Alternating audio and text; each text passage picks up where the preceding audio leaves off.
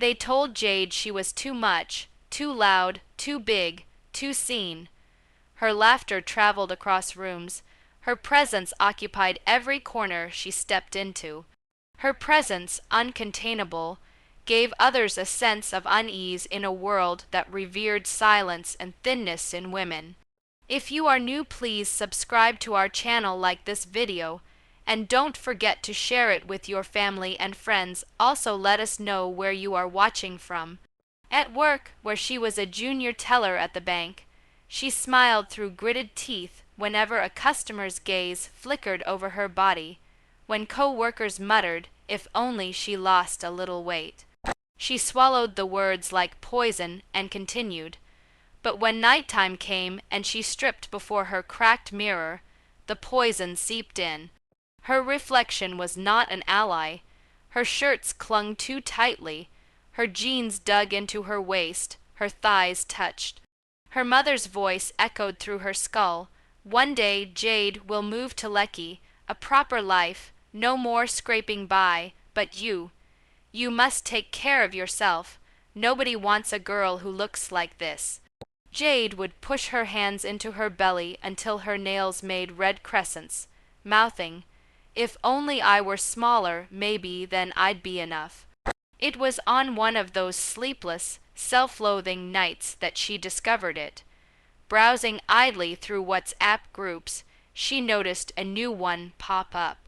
She hadn't joined, she hadn't been invited, it just materialized, the beautiful ones. The profile image was unsettling. Faceless woman with a sweeping red gown, skin poor, perfect, hair falling like streams of black silk. Below the photo, the caption said only, "Beauty is not given, it is taken." Her thumb hesitated, curiosity pulled. She opened it. Within, women shared photos of themselves, radiant, dazzling, glowing in ways that didn't seem quite natural. Every photo received strings of compliments: goddess, ethereal, unreal, but under the pretense, messages in cryptic codes surfaced. Recipes, ritual steps, whispered incantations ratcheted into disjointed Yoruba and Latin. Women raved of power, of beauty not source, hived from creams or surgeons, but offered by sacrifice. Jade laughed at first. This must be a fraud, but nonetheless, she couldn't avert her eyes. The following morning, she stood once more in front of her mirror. Her shirt was tight, her thighs chafed, the poison of insufficiency breathed in her chest, and the words of the group returned in her mind: "Beauty is not found, it is taken." That was when the hook went in. The rituals started small: a cup of herbs soaking in water under the moonlight, a soft chant uttered 3 times before the break of dawn, fasting till her stomach cramped, then blood. Only a single drop initially, a prick of her finger into the herbal water. She flinched but complied, and gradually she transformed. Her face cleared, shining like burnished bronze. Her waist narrowed, as if it had been shaped by unseen fingers. Her thighs diminished, her cheekbones rose. Within weeks, she became the woman she'd fantasized she might be. At the office, men who used to ignore her now loitered around her desk. Women who used to tease her requested her secrets of beauty. Strangers greeted her on the sidewalk. Mirrors no longer ridiculed her, they applauded. Jade became beautiful, but beauty required more. Her dreams grew weird. She saw moving shadows at the corners of her bed, talking in voices too layered to be possessed by a single person. She woke to the taste of metal in her mouth. Her reflection sometimes remained a fraction of a second longer, smiling after she had quit. She went on nonetheless. She couldn't stop now. She wouldn't. The invitation came next. One night, her phone beeped with a message in the Beautiful Ones group. "You are ready. The banquet awaits." There was an attached address on Victoria Island. Jade's heart thumped. Dread struggled with exhilaration. She dressed like royalty, a red gown clinging to every new contour, her skin glistening with oil and perfume.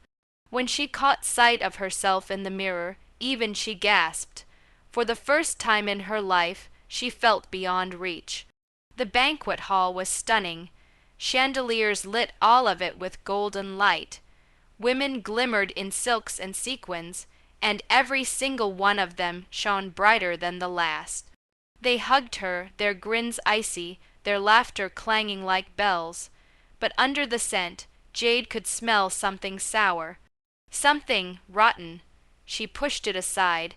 The leader emerged at the front of the hall, a statuesque woman cloaked in jewels that shone like fire. Her loveliness was so intense it was almost agony to behold. She lifted a glass filled with rich, crimson liquid. "To the cost of beauty," she said, voice silky but imbued with gravitas, "may we never avert our gazes from what we've paid." The women raised their glasses and cheered. Jade raised hers as well. But she took a closer look, and the liquid within was not wine. It was darker, thicker, reddish like blood. She stumbled, her gut roiled, and then she saw it. The glint of gowns could not conceal the reality. Their arms were too skeletal, skin hanging like overripe fruit. Their fingers shook, yellowed nails curling in on themselves like claws.